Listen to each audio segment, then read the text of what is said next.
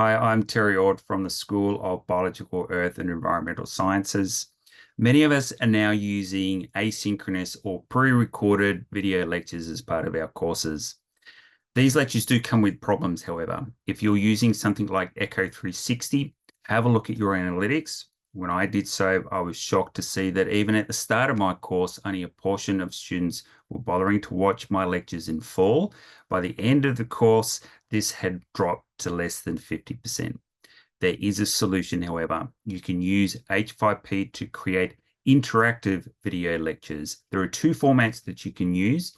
The first one, simply take the same content that you would normally present in a 50-minute pre-recorded lecture, break it up into smaller pieces of 1 to 2 minutes, and then sandwich those around H5P activities that are designed to reinforce the learning concept that you're presenting in those shorter videos.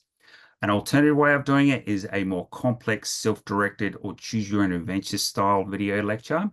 These are particularly powerful for introducing concepts that require problem solving or alternative viewpoints. You introduce the concept or the problem using a short introductory video, and then you offer students alternative perspectives or alternative ways to solving that conceptual problem using alternative sequences of your videos.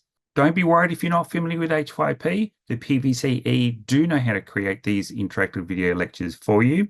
Both of these interactive formats will improve engagement substantially. Virtually all of your students will watch all of your lectures in full, but more importantly, it improves active learning through things like self-reflection.